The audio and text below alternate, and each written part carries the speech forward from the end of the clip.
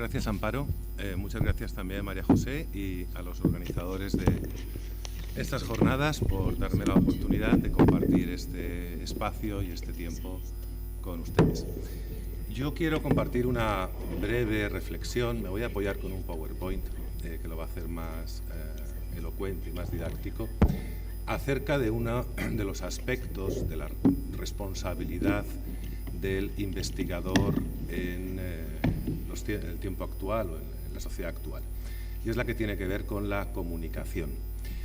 La investigación, como la que está en marcha en muchas de las tesis doctorales que están desarrollando ustedes y otros ámbitos de desarrollo de la I+D, está sujeta hoy día a una demanda muy importante, que es la que tiene que ver con la difusión pública o social de resultados.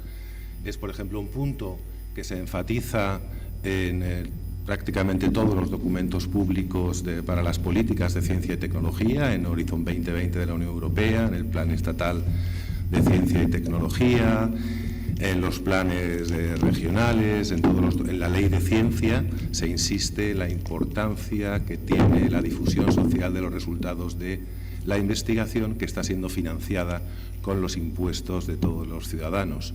Es decir, un elemento muy importante de la responsabilidad del investigador es hoy no solo rendir cuentas ante los pares, que es una parte consustancial de la ciencia, sino también rendir cuentas ante los impares, ante los ciudadanos, de cómo se están gastando esos fondos públicos de investigación.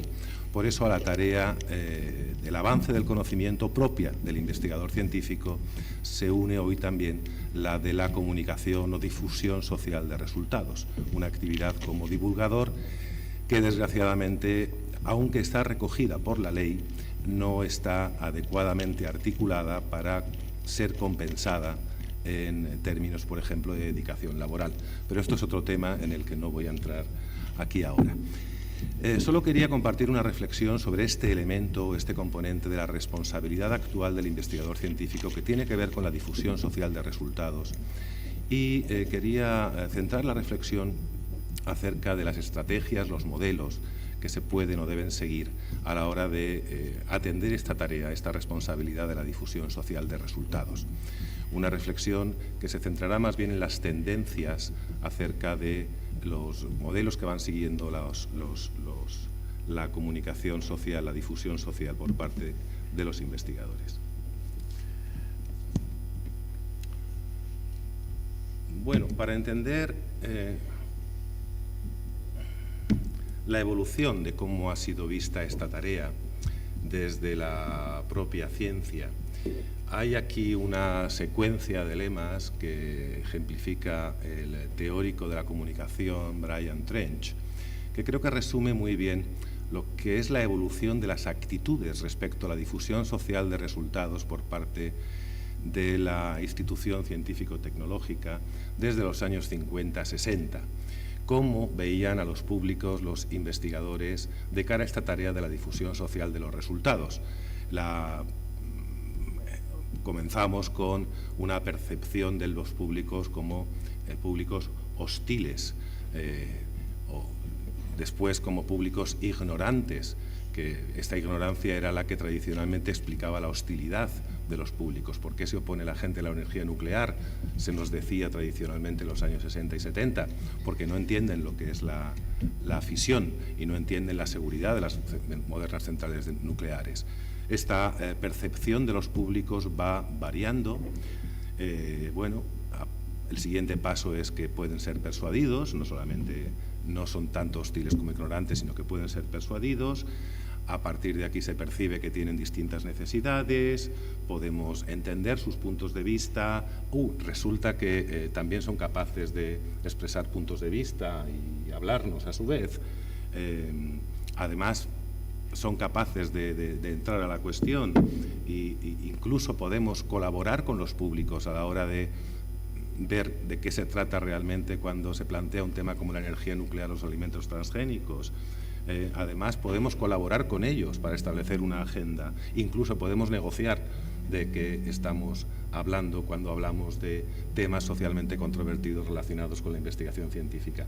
Esta es una evolución que refleja también la cambiante percepción de los públicos que se tiene desde la institución científica de cara a la tarea de la divulgación. Esta evolución se puede resumir en 3 modelos que reflejan también los cambiantes formatos y las pautas predominantes en la difusión social de resultados de investigación o en la divulgación.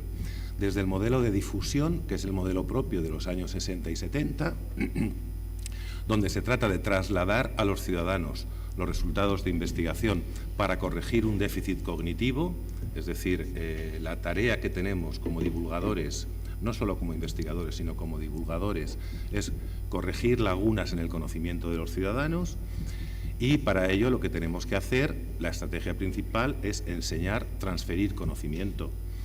Es una estrategia centrada en contenidos, es unidireccional, la ciencia habla, los públicos escuchan, basada también en una imagen de la ciencia muy tradicional, muy positivista. La ciencia consiste en una empresa para el descubrimiento de hechos que debemos simplificar y trasladar a los ciudadanos, y la tarea del comunicador, del divulgador, es la de amplificar simplemente, la de dar voz social a los hallazgos, los descubrimientos de la ciencia. En los años 70, especialmente en los años 80, hay un cambio muy importante debido a una serie de documentos que son clave en la evolución de estos modelos de comunicación, especialmente el informe Bodmer de la Royal Society inglesa de 1985, donde se comienza a percibir que esa función de divulgación social de resultados que debe realizar también la ciencia no consiste o no debe tener como meta o como diana tanto trasladar conocimientos como corregir actitudes. Es decir, no se trata tanto de enseñar como de seducir, de conseguir interés y actitudes favorables por parte de la sociedad que aumenten el respaldo social para la ciencia y consigan estabilizar o incrementar los fondos públicos destinados a la investigación. Es, por tanto, un cambio en la visión de cómo debe tener lugar la comunicación social de la ciencia, la difusión social de resultados de investigación, que se centra más bien en el contexto, que tiene un carácter más bidireccional, donde no se trata solamente de hablar para ser escuchados, sino también de estar atentos a las inquietudes, preocupaciones, demandas que puede manifestar la sociedad. Se basa en una visión de la ciencia más realista, que es consciente de riesgos y de incertidumbres, y aquí la tarea, la función del comunicador sería más bien la de ser un intermediador, un traductor. Debe llevar el mensaje de la ciencia a la sociedad, pero también debe trasladar de algún modo el mensaje de la sociedad a la ciencia, viendo qué inquietudes, demandas, expectativas tiene la sociedad con respecto al desarrollo de la investigación científica. Ya en los años 2000, a partir de otro informe de la House of Lords británica y de otra serie de documentos importantes por autores como Brian Wynne, James Wilsdon, Rebecca Willis y otros muchos, comienzan a evolucionar, y entramos en una tercera fase, los modelos bajo los cuales se conceptualiza y trata de implementarse esa práctica comunicativa desde la ciencia hacia la sociedad para guiar la actividad divulgativa de los científicos. Y se comienza a pensar más bien en el modelo de participación, que es lo que ahora encontramos en la literatura de vanguardia. Ya no hablan tanto de difusión, ni se habla tampoco de diálogo, se habla de participación. Aquí en este modelo el problema, el déficit, ya no está en los públicos, ya no es un problema de carencia de conocimiento, no es un problema de actitudes deficitarias. El problema, el déficit, está en las instituciones científicas, que no han sabido entender a los públicos, que han menospreciado, omitido, han dado la espalda a los públicos. Es un problema a corregir entre los propios actores científicos y no entre los ciudadanos. La función de la comunicación es lo que se llama hoy, se utiliza ese lema, el del engagement, el compromiso, la implicación, la de hacer de los públicos un sujeto activo en el proceso de comunicación y de coconstrucción del conocimiento, haciendo el énfasis en el contenido y en el contexto y viendo la comunicación como un proceso no ya unidireccional ni bidireccional, sino multidireccional, donde hay un flujo entre múltiples nodos, uno de los cuales es la institución científica, pero hay otros muchos nodos que tienen que ver con ONGs, asociaciones de consumidores, pacientes y públicos categorizados de las más diversas formas. La visión de la ciencia es una visión constructivista, donde se ve la ciencia como un proceso social, y la función del comunicador sería la de el facilitador o crítico, en el sentido constructivo, de ese proceso de coconstrucción del conocimiento. Por tanto, la evolución de estos modelos de comunicación parecen apuntar hacia un modelo multidireccional, desde un modelo tradicional en los años 50 y 60 unidireccional. En el unidireccional era una comunicación del experto al público, tratando de corregir un déficit cognitivo. En el bidireccional se habla ya del diálogo entre expertos y públicos, y en el multidireccional es un proceso de coconstrucción de las noticias y de los contenidos de la comunicación entre públicos que forman parte del proceso. Bueno, para entender esta evolución también tenemos que atender las nuevas realidades de la ciencia y sobre todo de la difusión social de la ciencia, donde podemos apreciar una serie de características muy interesantes. La primera es la difuminación de la frontera entre productores y usuarios del conocimiento. Esto es algo muy importante. Los sindicatos, las organizaciones no gubernamentales, las asociaciones de pacientes son también hoy instituciones generadoras de avance en el conocimiento científico, que interactúan en un diálogo con los centros tradicionales como universidades u organismos públicos de investigación. También debemos atender a la diversificación y fragmentación de las fuentes de la información, con una multiplicidad de voces bajo las cuales se manifiesta hoy la ciencia, voces no siempre en armonía. Es muy común hoy encontrar conflictos en los medios de comunicación donde sobre un mismo tema opinan dos expertos con opiniones encontradas y enfrentadas, ya sea sobre una nueva vacuna o sobre cualquier otra cosa. Esto nos enseña algo muy importante, y es que la ciencia no habla con una sola voz, y esta fragmentación de las voces de la ciencia es algo muy importante que debe ser tenido en cuenta a la hora de comprender este fenómeno de la comunicación, de la difusión social de la ciencia. Es además un fenómeno que se ha visto sujeto a un efecto multiplicador por el crecimiento exponencial de Internet, donde también se manifiestan tensiones constantes entre intereses comerciales, mandatos institucionales y demandas sociales. Bien, en este panorama y atendiendo a esta evolución de los modelos de la comunicación, hay muchos organismos públicos, como la Asociación Americana para el Avance de la Ciencia, que reclaman desde sus páginas web y otros muchos documentos que demos el paso definitivo al modelo del engagement, al modelo de la participación en la comunicación social de la ciencia, es decir, en la divulgación de los resultados de la investigación. Aquí tienen, por ejemplo, la página web de la American Association for the Advancement of Science, donde se habla de la necesidad de dar ese paso definitivo al engagement, de hacer de la comunicación un proceso interactivo con múltiples voces donde se implica a los ciudadanos. Bien, mi pregunta aquí es, esto está muy bien, lo del engagement, lo de la implicación, la participación. Hay muchos autores teóricos de la comunicación, como Sarah Perrault, Nicholas Maxwell,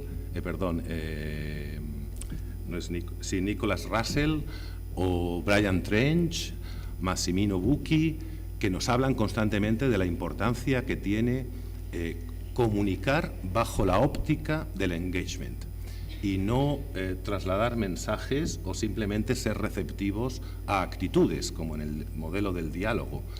Mi pregunta es, ¿y cómo vamos a hacer esto? ¿Cómo vamos a hacer esto? Dar ese salto al engagement, porque a lo mejor no es tan sencillo. Depende. Por ejemplo, Yo estoy ahora como profesor de la Universidad de Oviedo, implicado en un proyecto europeo que estamos pidiendo. Yo me ocupo de la parte científica de un proyecto europeo que tiene que ver con la divulgación. Es la organización de la Noche de los Investigadores. Saben que es una actividad europea. En este caso, la Universidad de Oviedo está liderando un consorcio de universidades del G9, donde vamos a hacer festivales científicos en 21 ciudades del norte, bueno, de la meseta, de diversas partes de España, incluidas las Islas Baleares. Y cuando estuvimos diseñando este proyecto, la parte científica, que es la evaluación del impacto, nos preguntábamos, bueno, vamos a tomar en serio esto que dice la AAAS, que dice Horizon 2020, que lo dicen todos, y vamos a hacer una difusión basada en el engagement. ¿Y cómo lo hacemos? ¿Cómo montamos los stands del Festival Científico?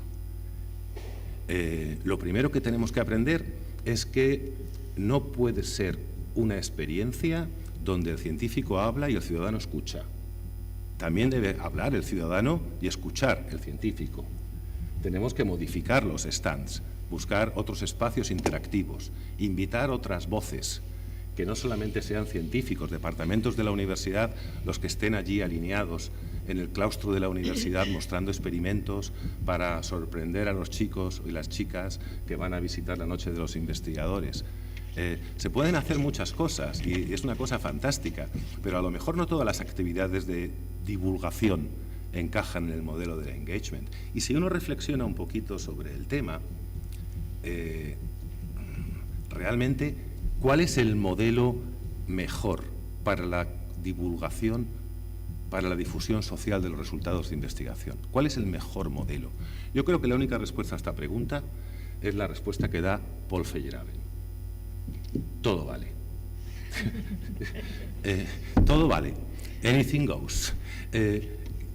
Pero hay que interpretarlo bien, porque Feyerabend, cuando dice todo vale, Feyerabend no es un anticientífico, o no era, ya murió, era un anticientifista, que es distinto, era un anticientifista. Cuando Feyerabend se preguntaba por él, con artículo determinado, el método científico, decía que si estamos empeñados en buscar un solo método, entonces el único método posible que vamos a encontrar es todo vale. ¿Por qué? Porque hay muchos métodos, ¿de acuerdo? Es una reducción, es un argumento por reducción al absurdo, en realidad, que es una cosa de la lógica. No estaba contra la ciencia, estaba contra la ciencia con mayúsculas, contra la Iglesia científica, contra eso estaba, contra la creencia de que hay un solo método que es el perfecto para resolver cualquier clase de problema. Hay muchos métodos. Como dice Massimiliano Bucchi, pues realmente en comunicación creo que ocurre lo mismo.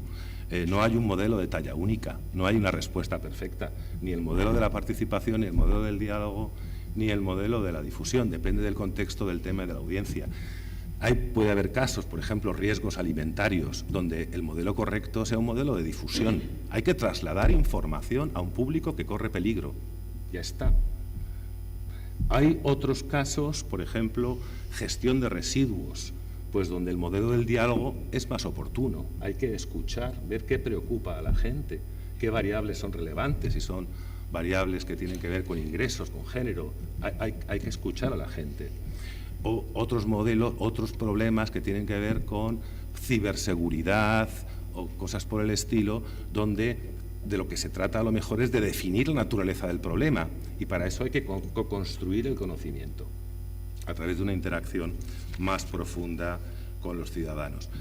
¿Qué modelos o qué condiciones aconsejan nuevos modelos? Yo creo que esto se puede discutir, pero los modelos más basados en la participación, en la coconstrucción de la noticia, del problema, serían aquellos donde la relevancia pública del tema científico sea mayor o el nivel de movilización social sea más intenso, donde haya una duda sobre la credibilidad de los actores científicos implicados, más controversia o falta de consenso social acerca de los objetivos últimos del campo de investigación. Pero ya en resumen, y termino, creo que comunicar efectivamente la ciencia, la divulgación social de la ciencia como responsabilidad del investigador, no se ajusta a un único modelo, no hay una respuesta perfecta, no hay un modelo único, sino más bien entiendo que es un proceso fluido, que es capaz de asumir distintas configuraciones, por ensayo y error, como diría Popper, conjeturas y refutaciones, siguiendo el modelo de la propia ciencia, teniendo en cuenta que hay muchos modos, prácticas y estrategias para promover tanto la difusión como el diálogo o como el engagement, la participación. Bien, era una pequeña reflexión que quería compartir, que es también compartir una perplejidad cuando uno encuentra, lee la literatura y vemos que nos dicen hay que pasar al engagement. Bueno, depende. Muchas gracias. ¿Y de para qué?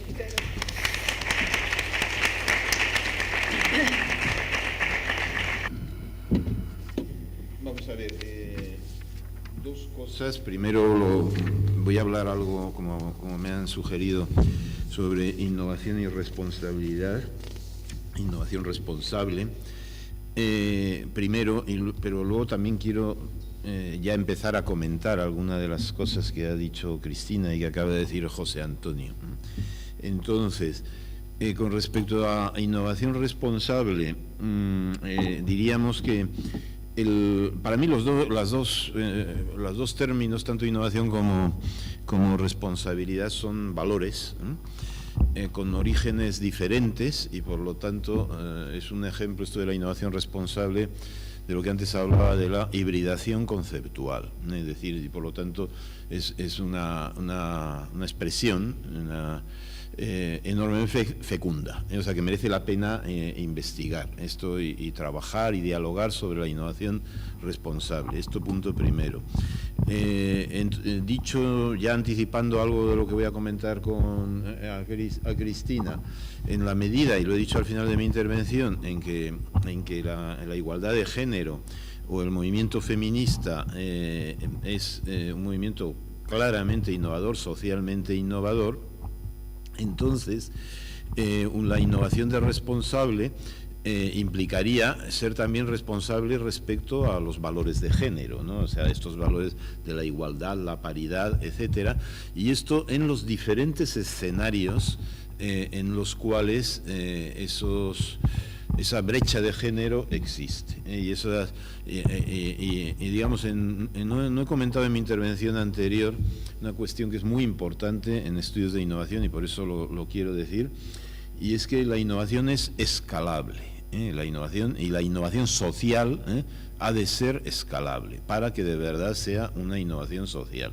No solo difundible, o sea, no solo difusión social, que eso sí lo he dicho, sino escalable. Entonces el término escalable es importantísimo porque significa que vale para lo grande y para lo pequeño.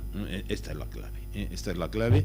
Entonces una innovación responsable habría de ser escalable, es decir que no bastaría con lograr en no sé, a nivel macro, en un sistema nacional de innovación, me da igual, en el conjunto de las universidades de un determinado país, lograr paliar o menguar la brecha de género, si luego a continuación en una determinada de esas instituciones o a otros niveles, o sea, conforme uno se va escalando los distintos escenarios sociales, entonces la brecha de género vuelve a aparecer. Entonces, por lo tanto, digamos, al ser transversal, como ha dicho Cristina, la cuestión de la igualdad de género, que es completamente cierto que es transversal, yo quería señalar únicamente que no solo es transversal sectorialmente, sino también, diríamos, en profundidad, o sea, mirando hacia abajo y hacia arriba, o sea, y entonces esto es muy importante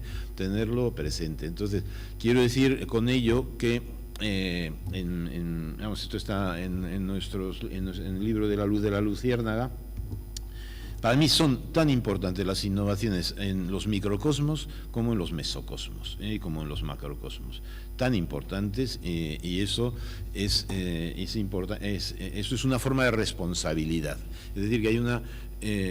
No basta con ser responsable cuando uno está, qué sé yo, ante los focos, sino que a continuación en la práctica cotidiana esa responsabilidad hay que ponerla en práctica, ¿no? Y esto, pues hay mucha como se diría, en términos, una cierta ruptura, no sé, mental, ¿no? Entonces una persona puede tener muy buena conciencia en su actuación pública en determinados escenarios, pero luego a continuación en la práctica cotidiana, en los microcosmos, ahí no ha cambiado sus actitudes ni sus hábitos, ¿no? Y entonces quería señalar esto anticipando una de las cosas que había que decir, ¿no?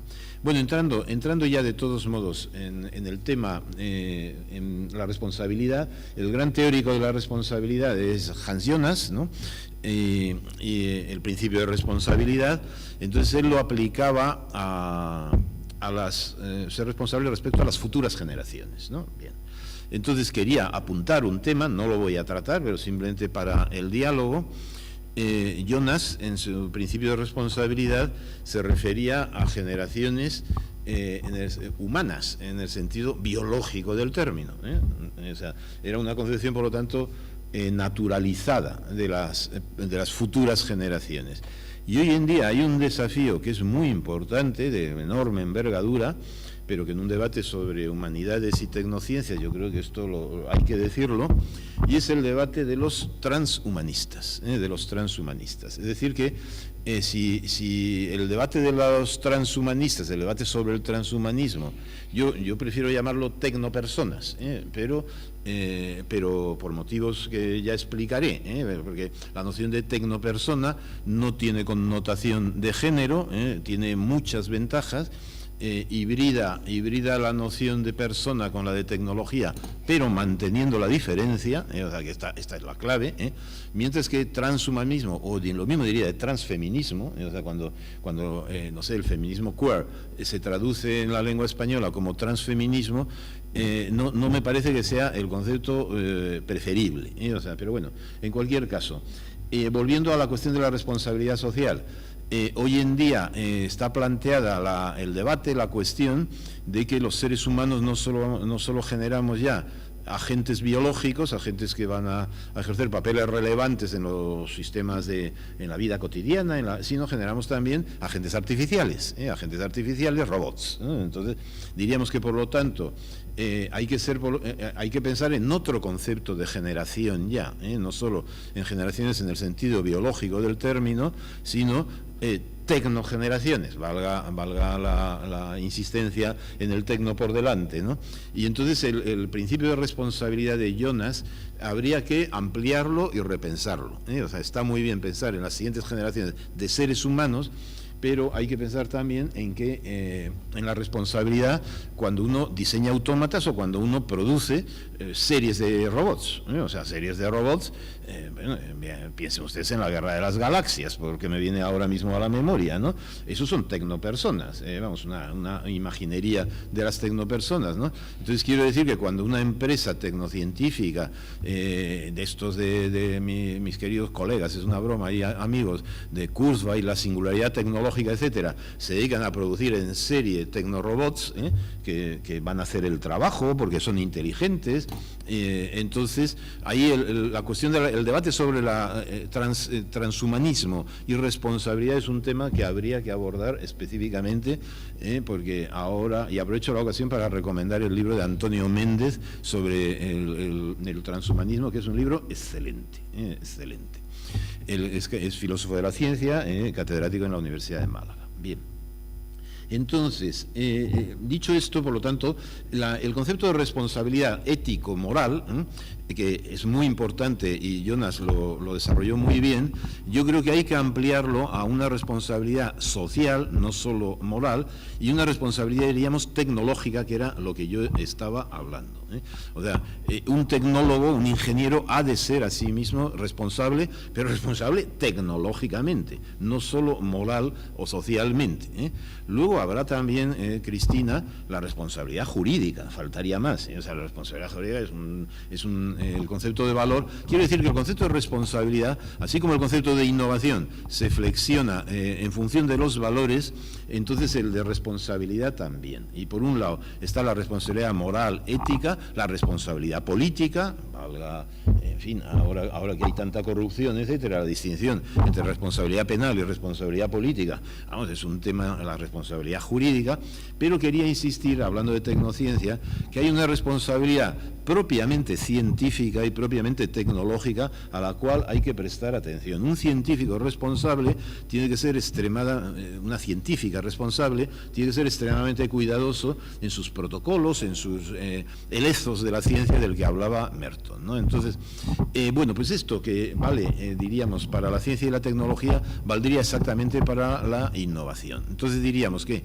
el consecuencialismo del que antes hablé, en donde las innovaciones responsables serían aquellas en donde uno no solo innova, sino que al innovar, innovar es difundir, digamos, extender o ampliar la innovación que uno ha producido, antes de dar ese paso de lanzarse, o sea, después de haber inventado algo, quiero decir, lanzarse a difundirlo socialmente por medios de comunicación en particular, o difundirlo en el sentido de poner un montón de drones por ahí controlando las ciudades, y en todo caso, pues incluso para, digamos, para las agresiones de género. O sea, podríamos poner una vigilancia en las ciudades para detectar posibles, no solo parar los autobuses en un momento dado en la ciudad de Bilbao, que está muy bien que se haga esto, ¿no? Pero se podría apelar a tecnologías de control de determinadas acciones que podrían ser rechazables, ¿no? Entonces, antes de lanzar un programa de ese tipo, hay que medir siempre las consecuencias previamente, hay que ser consecuencialista y por lo tanto la responsabilidad tecnológica pasa por el consecuencialismo, o sea, digamos, por analizar las consecuencias de las acciones tecnológicas.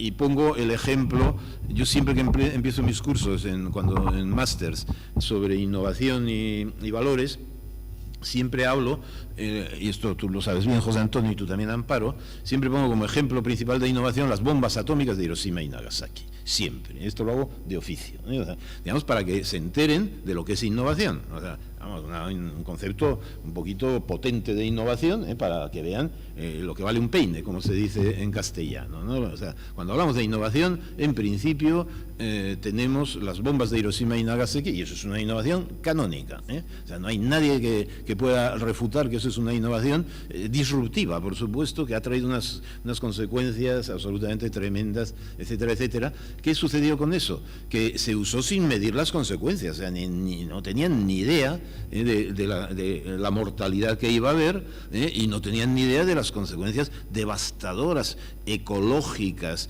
en los sistemas ecológicos, etcétera, y sobre los cuerpos de los seres humanos y los descendientes, etcétera, etcétera, ¿no? Entonces, claro, digamos, lo importante era el resultado, ¿no? Obtener la bomba rápidamente, conseguirla.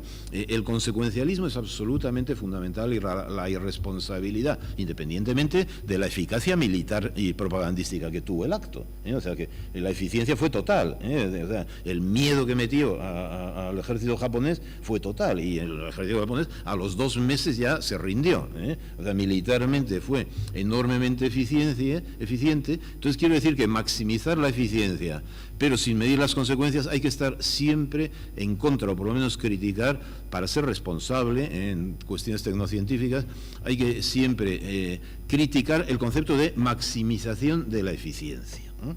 Y esto así me estoy ya enfrentando con uno de los valores principales hoy en día, O sea, cualquier gestor de una institución o de una empresa piensa que la racionalidad consiste en maximizar la eficiencia de las acciones o de los medios humanos o de otro tipo con los que uno cuenta. Hay que oponerse radicalmente a eso y optar por la racionalidad acotada.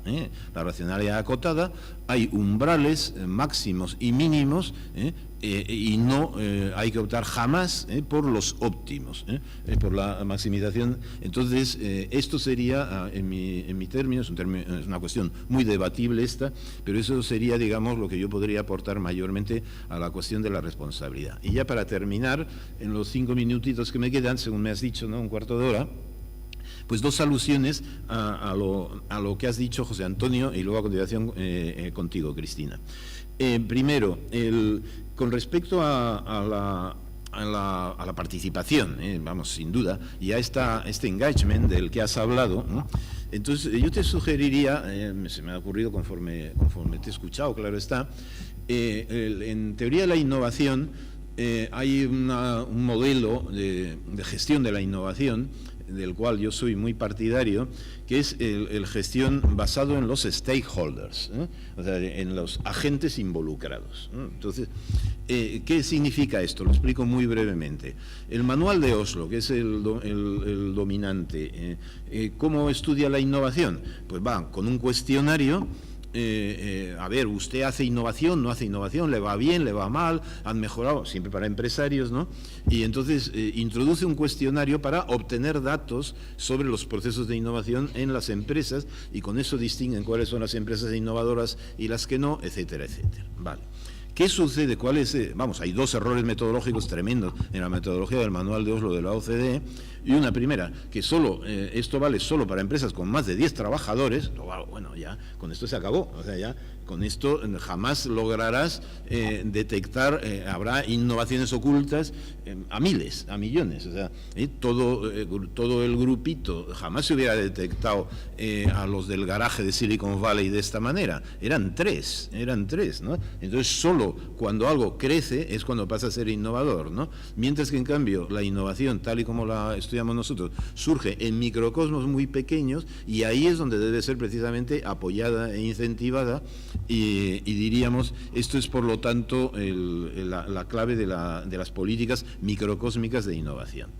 En el caso, volviendo a lo que te estaba diciendo de los stakeholders, entonces hay que tener en cuenta, en lugar de llevar la encuesta de si algo es innovador y si es positivo o negativo, solo al director o al gerente de la empresa, que esto es normalmente masculino, o sea, masculino, porque el sesgo en los sistemas de I+D, el sesgo de género es mayor que en la academia, mayor. Y si hicierais un estudio, que lo recomiendo, el género en los sistemas de innovación, que no es lo mismo que las universidades o los centros de investigación, el sesgo se haría, se duplicarían los datos, se duplicaría como mínimo. ¿Y por qué? Porque las empresas de I+D es rarísimo que vaya a haber un director o un gerente que sea mujer. O sea, con lo cual, quiero decir que por lo tanto, volviendo a la cuestión, José Antonio, diríamos, si uno introduce un instrumento de medida, y tú lo has hecho, y bueno, y lo hemos hecho, ¿no? Y solo no lo hace a la ciudadanía en general, como nosotros en la FECIL lo hacíamos, sino que solo va al responsable, está introduciendo un sesgo, entre otras cosas de género, absolutamente monumental a los datos que van a resultar, con lo cual esos datos no son fiables. No son fiables porque están claramente contaminados por la metodología que estaba sesgada como tal, ¿no? Entonces, ¿qué hay que hacer al respecto? Pues hay que introducir, no digo una medición, una obtención comprometida, engagement, ¿no? Engaged, de los datos sobre innovación, sino teniendo en cuenta al conjunto de los stakeholders, incluido los que van a sufrir las consecuencias perniciosas de la innovación. Esa es la clave. O sea que para mí, por lo tanto, la responsabilidad consistiría en que uno o una, diríamos, va a hacer una determinada acción, tiene que analizar, innovadora, tiene que analizar previamente quiénes son los posibles involucrados o afectados para bien o para mal. Esto es lo básico. O sea, si solo se piensa cuáles van a ser los beneficios, entonces el sesgo está garantizado, ¿no? Entonces, como no analices las víctimas, digamos, los que van a salir perjudicados en una acción innovadora, entonces estás haciendo una mala evaluación, una evaluación no responsable de las consecuencias de una acción innovadora. Entonces, como has hablado, a mí me parece muy bien, estoy muy a favor, yo hablo siempre comprometido, eso bien se ve, ¿no? O sea, emocionalmente, yo con lo que digo siempre estoy comprometido, ¿no? O sea, creo que eso se transmite. Pero tener en cuenta las consecuencias que una determinada acción comunicativa, diría, sobre ciencia o exactamente sobre innovación, ¿no? que va a tener sobre las mentes de las personas y los que van a salir beneficiados de esto y los que no, yo creo que sería, digamos, la acción prudencial o por lo menos mesurada, de racionalidad acotada frente a esta barbarie, de esta racionalidad de maximizar los impactos. Y claro, maximizar los impactos ahora en la actividad científica es una ruina para el conocimiento científico, es una ruina a medio o largo plazo. Y sin embargo es el valor imperante, o sea, porque claro, te miden en función, a las revistas me refiero, las miden en función de la que más impactos tiene, y esa es la que más vale. Tanto más impactas, tanto más vales, ¿no? Entonces eso es altamente irresponsable desde el punto de vista del conocimiento científico, o sea, y de las innovaciones que puedan salir en el conocimiento científico. Y lo último, como decía, perdón, un minuto más, Amparo. En las cuestiones de género, en los sistemas, lo tengo escrito por aquí, diríamos, la igualdad de género en los sistemas de I+D, yo he dicho al final de mi intervención que el movimiento feminista es una innovación social disruptiva. Entonces, lo estáis estudiando, y los datos que has aportado son extraordinarios, lo estáis estudiando en los sistemas de I+D. O sea, yo os animo a estudiarlo, a dar el paso a sistemas de innovación y por lo tanto a que estos proyectos se financien, pero desde las políticas de innovación de la Unión Europea, que ahí no se financia ni uno, o sea, que yo lo he mirado, no hay ni un... o sea, ¿por qué? Porque no se considera que esto es innovación. Claro. O sea, se financia desde otros departamentos, pero donde hay dinero de verdad y donde de verdad se incide y se influye es desde las políticas de innovación, o sea, digamos, el motor por la estrategia europea, o sea, digamos, la mainstream es la innovación. Entonces, hasta que los proyectos de investigación, digamos, de género no lleguen y no estén insertos y no tengáis acciones muy potentes en políticas de innovación, pues todavía estáis en el techo de cristal europeo. O sea, es decir, no se ha logrado esa transversalidad que se predica en Horizonte 2020, pero eso no ha llegado empíricamente a las políticas de innovación y a la financiación de los proyectos. Bueno, entonces con esto, digamos, ya aplicado eso a una acción microcósmica, que es donde estamos, en mi experiencia personal, siempre, sin excepción, siempre hay conflictos. Siempre, cada vez que uno hace una acción innovadora en una, no sé, intenta hacer una acción positiva, como se decía, vamos, si se sigue diciendo actualmente, digamos, para romper o para menguar el sesgo de género, entonces el conflicto está garantizado, mientras que el otro forma parte de la naturaleza, o sea, que el varón pase y que la mujer en cambio llegue a catedrática o llegue a director, vamos, esto va contra natura, ¿no? Entonces, quiero decir que no hay que temer los conflictos y no funciona, en estas cuestiones no funciona el consenso. Yo lo lamento mucho, pero Habermas y los consensos no valen cuando... entonces, y esto en innovación está clarísimo. O sea, en innovación, precisamente, como la innovación siempre es destructiva, siempre la innovación va a generar oposición. Si no, en mi criterio, si tú propones algo y no encuentras oposición, alarma primero, y segundo, oposición, entonces no estás innovando, no estás ni siquiera intentando innovar, ¿no? Con lo cual, todas estas resistencias y barreras que encontráis, pues son completamente normales, o sea... Eso es. Bueno, pues era eso, por mi parte. Muy bien, gracias, Javier. Sí. Bueno, voy a ser breve, Amparo, para... sobre todo voy a comentar un par de cuestiones. Lo que ha señalado Javier, creo que me ha parecido muy interesante, y luego también respecto a la responsabilidad. Sí. Claro, esos momentos disruptivos, ¿no?, son momentos de conflicto, como bien ha demostrado la propia historia del movimiento feminista. Yo creo que lo que hace innovador a la teoría feminista es precisamente el que es interdisciplinar, el que aborda problemas complejos como la vulnerabilidad desde un punto de vista interdisciplinar, y por otro lado el que siempre se ha dado, y esto es muy característico, siempre se ha dado una relación entre el movimiento y la teoría. Es decir, lo que se iba produciendo a pie de calle, esto está muy claro en el feminismo de los años 60, ¿no?, de la segunda ola, se incorporaba como conceptos ya de patriarcado o como otros tantos conceptos en Kate Millett y en tantas otras. Es decir, esto me parece que es profundamente innovador. ¿Que creaban conflictos? Claro que sí. Yo los momentos así disruptivos, ¿no?, y conflictivos, muy poco habermasianos de esto, diría que el primer momento, claro, es la ilustración, el debate ilustrado, donde reconceptualizan absolutamente todos los términos ilustrados y sacan los colores a la ilustración, como bien sabemos, una Olimpia de Gouges, Mary Wollstonecraft, etcétera, etcétera.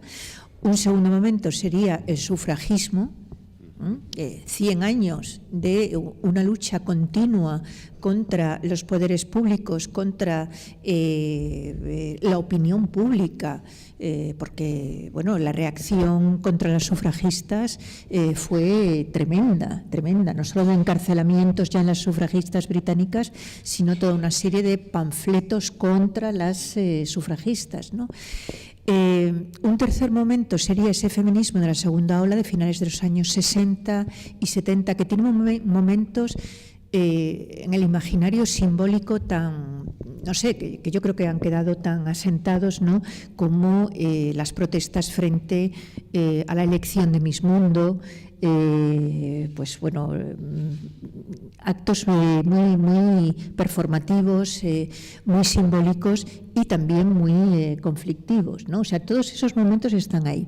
Y el último momento, que me parece que esta también es a raíz de la obra de Judy Butler y todo lo que ha generado en términos de un activismo artístico o también un ciberfeminismo, por ejemplo. Es decir, me parece que esos momentos marcan muy bien lo que tú señalabas en tu ponencia anterior, es decir, innovación, abordaje de problemas sociales muy complejos, que no solamente son públicos, sino que también son privados, lo personal es político, etcétera, etcétera. Desde distintas áreas, desde distintas disciplinas, y que abren sí esos conflictos micro y macro, ¿no? Y eso por un lado. Y por otro lado, como he dicho que voy a ser breve, la cuestión de la responsabilidad. Claro, tú has traído a colación a Hans Jonas, yo quiero traer aquí a colación a Hannah Arendt y a Iris Young. Dos autoras que trabajan también la responsabilidad. A ver cómo las podemos conectar con la responsabilidad social de la ciencia, ¿no? Estas dos concepciones. Hannah Arendt nos habla de una responsabilidad colectiva, frente a formas de dominación, frente a formas de violencia. Y nos habla también de una responsabilidad colectiva vicaria. Es decir, no por actos que uno o una ha cometido, sino por actos que cometió el grupo, la sociedad en su momento, con todos los problemas que esto trae de definición de grupo. En fin, sobre la responsabilidad colectiva se ha escrito mucho desde la filosofía del derecho en ese sentido. ¿Creéis que podríamos hablar de una responsabilidad colectiva vicaria, en este sentido de una responsabilidad social? Eso por un lado. Y luego, por otro, Iris Young es una autora que en su último libro, el de Justicia Global, tiene un artículo muy interesante, y ella menciona la responsabilidad, un sentido de responsabilidad, dice, por conexión social. Es decir, al fin y al cabo, todos somos responsables con nuestras acciones, porque estamos insertos en unas cadenas de acciones muy consecuencialistas en ese sentido, Javier, ¿no?, en el que compramos una camiseta que nos cuesta 3 euros en una tienda muy barata y con esto estamos en realidad apoyando la explotación de otras personas en otro contexto que trabajan en una fábrica fuera de los derechos laborales. Este sentido de una responsabilidad con una conexión social, es decir, en una situación transnacional y globalizada. También me pregunto cómo podríamos trasladar esta idea de Alice Young de responsabilidad en este modelo de conexión social. Y me ha parecido muy interesante cuando hablas de maximizar la eficiencia. Claro, tu crítica a maximizar la eficiencia o maximizar los impactos. La irresponsabilidad, más que la responsabilidad, yo diría la irresponsabilidad. Y a mí esto me ha sonado mucho a la crítica que Hannah Arendt hace a Adolf Eichmann cuando habla del mal banal, es decir, de un sujeto que no piensa, y esto ha sido también una crítica a muchos científicos, la idea del mal banal, de un sujeto incapaz de pensar, que busca esa maximización de la eficiencia, es decir, las cámaras de gas también buscaba esa maximización de la eficiencia que no lograban con las camionetas en las que probaron por primera vez con prisioneros rusos el gas dentro de las camionetas. Y solo podían meter 6 o 12 prisioneros dentro de esas camionetas y necesitaron diseñar un modelo a gran escala del asesinato industrial. Esto es innovación, esto es maximizar la eficiencia también. Necesitamos entonces un marco normativo en el que poder introducir esa innovación para poder discriminar un tipo de innovación o de maximización de otra. Pero conmigo me parece que en el fondo late la idea ahí, o que puede latir la idea de ese mal banal, ese sujeto incapaz de pensar que actúa dentro de un sistema burocrático jerárquico. Esto es lo que Arendt decía respecto al mal banal, y me parece que puede estar también muy presente todavía dentro de nuestros escenarios. Sí, señora. Muy bien. Gracias. ¿Les toca a ustedes? O sea que Inmaculada, María José. A mí me ha parecido muy interesante pues leer en la medida que preparo algunos seminarios o doy charlas de ciencia y género, otros 2 mecanismos que a mí me parecen muy interesantes y que yo creo que es totalmente apropiado para introducirlo aquí. Uno de ellos es la caja mágica, la Vanish Box, ¿no? Esa caja mágica es muy interesante porque se plantea precisamente, bueno, ¿dónde van esas mujeres que van cayendo, ¿no?, del sistema, digamos, más de la academia? Pues probablemente muchas de esas, sobre todo jóvenes doctoras formadas al más alto nivel, están yendo precisamente al campo de la transferencia, al campo de la innovación, a los parques científicos tecnológicos, incluso a esos museos que tienen programaciones de divulgación de la ciencia al más alto nivel. Están insertándose ahí. Quiero decir, esa pérdida, esas gotas que caen no es total, hay una inserción. Por eso lo de Vanish Box, ¿no?, la caja mágica, desaparecen, vuelven a aparecer. Y están apareciendo en un sistema nuevo. ¿Por qué ahí? Pues porque se ha definido como un espacio, desde luego, donde no existe el techo de cristal, son espacios nuevos. Por ejemplo, la mayor parte en los países nórdicos están ellas al frente de esos equipos, son equipos multidisciplinares, se percibe menos, porque hay menos tradición en ese sentido, o se percibe una cierta neutralidad de género, son equipos fundamentalmente multidisciplinares que trabajan en red, y es muy interesante entender esto, porque yo creo que ahí hay más número de mujeres o de jóvenes profesionales mujeres que sí se están insertando. Es cierto que probablemente no todos los ámbitos, ni todas las empresas tecnológicas, ni todos los parques, pero es interesante verlo.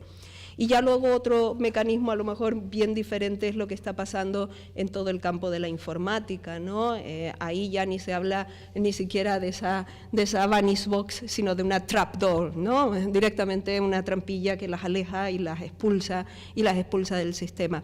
Yo estoy totalmente de acuerdo con Cristina, me gusta que nosotros nombramos, ¿no? O nosotras nombramos, y al nombrar todos estos mecanismos estamos dando, ¿no?, visibilizando toda una serie de realidades que sabemos que están ocurriendo, que ahí la investigación incide, y efectivamente yo creo que es muy, muy interesante seguir por este camino del nombrar, ¿no?, todas estas realidades, y creo que ahí se ha hecho un trabajo tremendo, tú lo has señalado bien. Y en relación a la incorporación de la perspectiva de género a la investigación, nuevamente es que ya hay muchos resultados que se pueden presentar perfectamente de cómo la inclusión de la perspectiva de género o la introducción de la dimensión de género y sexo en la investigación, está proporcionando contenidos, teorías, hipótesis, resultados que tienen más calidad y excelencia, y por eso Europa está apostando claramente por esto, ¿no? O sea que yo creo que hay bastante recorrido y sobre todo animar, ¿no?, a toda la gente que está aquí a que de verdad apuesten por informarse y formarse para incluir la perspectiva de género en la investigación, porque realmente tienen resultados de mayor calidad, ¿no? Bueno, muchas gracias, era solo hacer ese comentario. María José.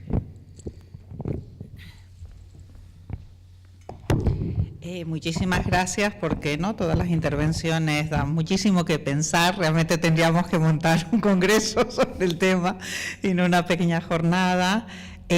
Una cosa con la que ya me quedé preocupada desde la primera intervención de Javier es la cuestión de las organizaciones, ¿no? Porque claro, ensamblar innovaciones, bueno, pues que básicamente tiene que ver también cómo se organizan pues esos sistemas de investigación, incluso cómo nos organizamos las propias universidades. Y en muchos sentidos, o por lo menos yo lo vivo así, creo que vivimos una paradoja en el sentido de que hay ese valor retórico de la innovación, pero al mismo tiempo hay muchos obstáculos, ¿no? Hay muchos obstáculos a plantear nuevas rutinas, nuevos protocolos y sobre todo a propiciar que haya espacio y tiempo para esos encuentros, tú los llamabas, ¿no?, para esos encuentros de aprendizaje interactivo. Así que, ¿no?, en ese sentido, ¿cómo tenemos que pensar nuestras organizaciones dedicadas al conocimiento, dedicadas a la investigación y a la innovación, en relación con una política de propiciar, ¿no?, la experimentación y la innovación, ¿no? Por si tienen alguna idea. Lo digo concretamente porque, por ejemplo, esto contrasta mucho quizás con otros aspectos de la rendición de cuentas, ¿no? José Antonio se refería a que, claro, ¿no?, hay una exigencia de la sociedad, por esos retos de la sociedad, y muchas veces se interpreta, no sé si con alianza con las métricas del impacto, la rendición de cuentas como una sobreocupación burocratizada que realmente hoy para la investigación española está suponiendo pues una barrera enorme, porque nos resta recursos, nuestro recurso es el tiempo para pensar. Entonces, ¿cómo ven estos conflictos, diríamos, estructurales? Bueno, ¿no?, ha salido un tema enorme, claro, el de la responsabilidad. Yo también soy de la escuela del disenso, ¿no?, de la que hablaba Javier, y ahí yo creo que tenemos una tarea enorme con respecto a, no sé si llamarlo una suerte de ciudadanía científica, en el sentido que la ciencia y la tecnología hoy no solo es que configuren el mundo, es que nos configuran a nosotros mismos. Todos estamos, ¿no?, con nuestro móvil al lado, ¿no?, comunicándonos con otras personas que están lejos, generando redes, ¿no?, propiciando debates en torno a este mismo. Es decir, esto no es solo este lugar, estamos amplificando a través, ¿no?, de esa posibilidad de que nos dan las tecnologías digitales. Entonces, ¿cómo articular, diríamos, en estos contextos, ¿no?, tan complejos, contextos interactivos, pues una suerte, yo lo llamaría, de ciudadanía científica, porque ya no es la ciencia, ¿no?, un espectáculo maravilloso, ¿no?, que podía ser a lo mejor, ¿no?, en siglos pasados, ¿no?, que nos asombra, sino que ya, ¿no?, como la polémica del transhumanismo, ¿no?, plantea, pues simplemente nos constituye e incluso nos permite pensar cómo queremos quizás ser en el futuro y qué impactos sociales de justicia pueden tener, ¿no? Esas son dos de las cuestiones que me resultan, diríamos, ¿no?, más controvertidas, ¿no?, de todo lo que han planteado. Muchas gracias.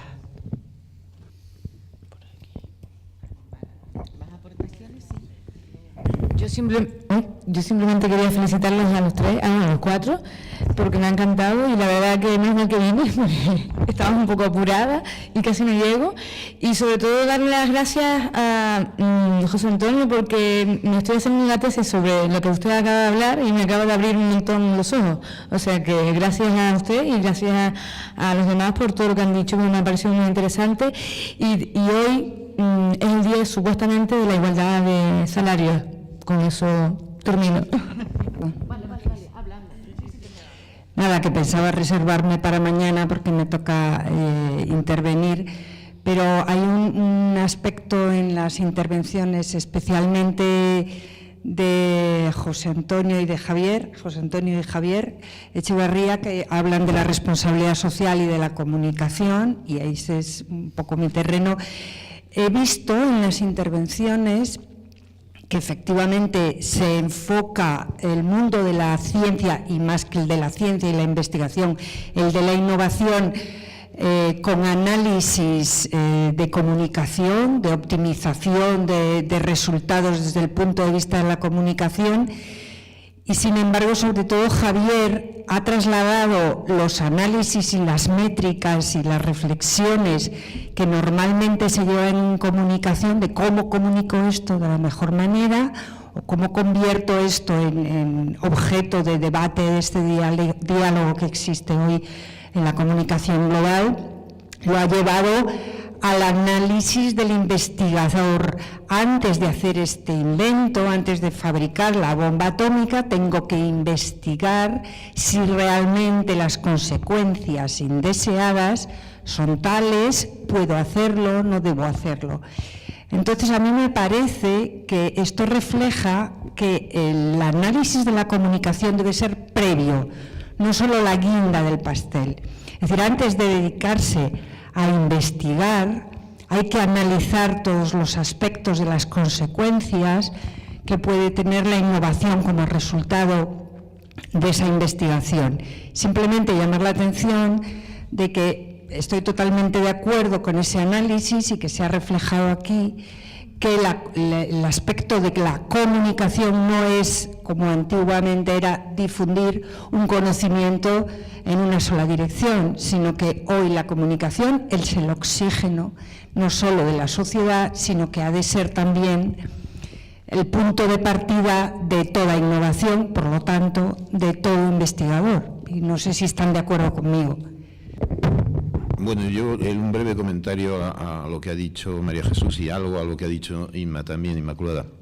Vamos a ver, y retomaré algo de Judith Butler, ¿no? O sea, a continuación, diríamos, en las organizaciones, yo he dicho que la innovación organizacional desde el año 2005 es canónica, es una modalidad de innovación por sí misma reconocida internacionalmente, con metodologías específicas como para investigar la innovación organizacional. Yo he hecho críticas a la metodología esa, pero eso no obsta para que al ser un canon internacional pues se puede plantear innovación no solo de producto, que es lo habitual. Todo el mundo piensa que tener una innovación pues es sacar un móvil, ¿no? O sea, sacar un iPod, ¿no? Un nuevo producto. Pues no. Hay la innovación organizacional está reconocida y es importantísima en los estudios de innovación y también en las políticas de innovación. Entonces, yendo a las instituciones, que es lo que has planteado tú, María Jesús, entonces ahí lo que hay que hacer ya, hablando de prácticas de innovación institucional, innovación en el sector público en concreto, me voy a referir solo, no a organizaciones en general, sino al sector público y en concreto a universidades, que es donde estamos. Entonces lo que hay que hacer, hay que basarse en datos, como muy bien has dicho, Cristina, pero no solo en datos cuantitativos, sino en datos estructurales, es decir, tener un análisis de la estructura de la organización, que siempre es sistémica y siempre se puede detectar mediante, hay metodologías para ello, de teoría de grafos, etcétera, etcétera, de conectividades, lugares claves dentro de una organización, ¿no? Entonces ahí es donde hay que actuar prioritariamente. ¿Por qué? porque esos serán pequeñas innovaciones, pero con efectos sistémicos. Y esta es la clave de la innovación. O sea, la innovación, que a diferencia del cambio, o sea, es decir, la innovación puede ser una acción muy pequeñita, pero que produce un efecto sistémico, pero para eso uno ha de haber actuado en el lugar justo y adecuado, correspondientemente. Nosotros esto en la Universidad del País Vasco lo hemos logrado, volviendo a la cuestión de género, tenemos una rectora, nadie lo hubiera creído hace 15, 20 años que fuera a haber una rectora en la Universidad del País Vasco. Entonces, claro, la rectora, pues, su margen de acción es muy pequeña, pero es estudiante nuestra, de nuestra facultad, bien entendido. Estudió en nuestra facultad y lo llevar a una rectora desde el lado de las humanidades es algo realmente sorprendente, ¿no? O sea, entonces, bueno, el efecto sistémico que esto produce es monumental. Entonces, en realidad, aun cuando ella, su margen de acción, ella y su equipo, quiero decir, su margen de acción, que es un equipo, por supuesto, con igualdad, ¿no? Diríamos, es mínimo, porque, vamos, el grado de coerción que tiene cualquier rector hoy en día no puede hacer prácticamente nada. Pero aún así, el efecto sistémico que esto produce, con pequeñas acciones que se van haciendo, es muy, muy considerable, ¿no? Entonces, quiero decir que se puede perfectamente, digamos, mediante pequeñas innovaciones, actuando en los microcosmos, hombre, un rectorado ya no es un microcosmos, es un mesocosmos, ¿no? Pero a veces, pero eso requiere análisis previo de la estructura del sistema, de los stakeholders, como te decía José Antonio, y entonces buscar acciones específicas en base a valores, acciones responsables, pero siempre que puedan producir efectos sistémicos. Si se va a producir el efecto sistémico o no, eso nunca se sabe, pero si no lo intentas, seguro que no se va a producir. Entonces esa es un poco la clave, ¿no? Y entonces, esto tiene que ver con lo de las redes informáticas, INMA, ¿no? O sea, con la informática. Entonces, en las redes informáticas exactamente igual, o sea, es decir, hay que hacer análisis cualitativos, no solo datos cuantitativos, sino análisis cualitativos de redes, buscar los lugares, y yo propongo un lugar también en donde hay que hacer estudios, que ahí saldrán unos datos espeluznantes, absolutamente. Para mí un lugar clave en las redes informáticas, en las redes telemáticas, es el lugar del administrador de red. Y digo administrador porque en el 98% de los casos saldrá varón. En el 98%, o sea, probablemente y sin embargo es el lugar clave. El administrador es quien tiene el poder, el micropoder, que es lo relevante, el poder de expulsarte de la red o de pasar tus datos y transferirlos a otro lugar. O sea, el poder auténtico de control es el administrador de red. ¿Cuántas administradoras de red hay en redes telemáticas, informáticas, en cualquier ámbito? Se contarán con los dedos de la mano. O sea, con los dedos de la mano, pienso yo, y por lo tanto, ese es un lugar clave de acción. Y por eso te lo quería sugerir, Inma, ya que has sacado el tema, porque el efecto sistémico es monumental.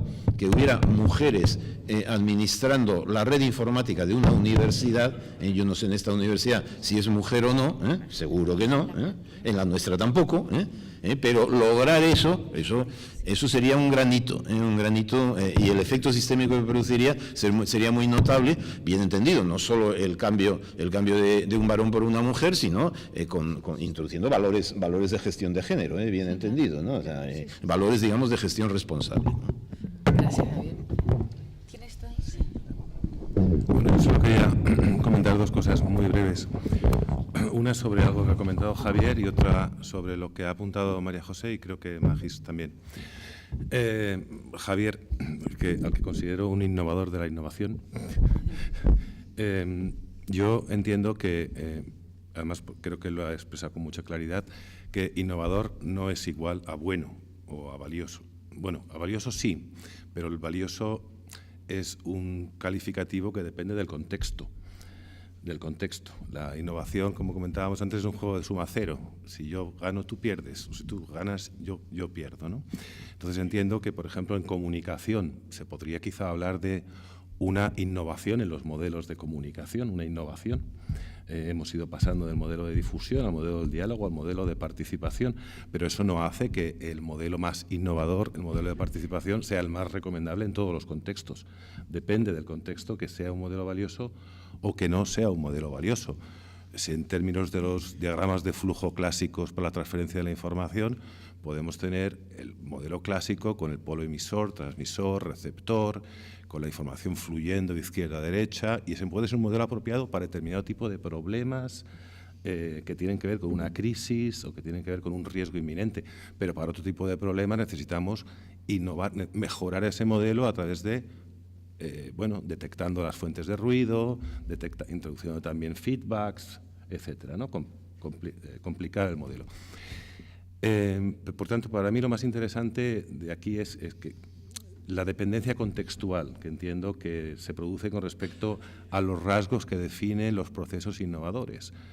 Si no te he entendido mal, el carácter transformativo, el carácter novedoso y sobre todo el carácter valioso, ¿no? Porque eran los tres rasgos que tú señalabas. Transformador en el sentido sistémico, o sea, con efecto contextual. Te lo digo porque lo estaba aplicando, lo estaba visualizando en el caso de la evolución de los modelos de comunicación. Y con respecto a lo que decía María José y Magis,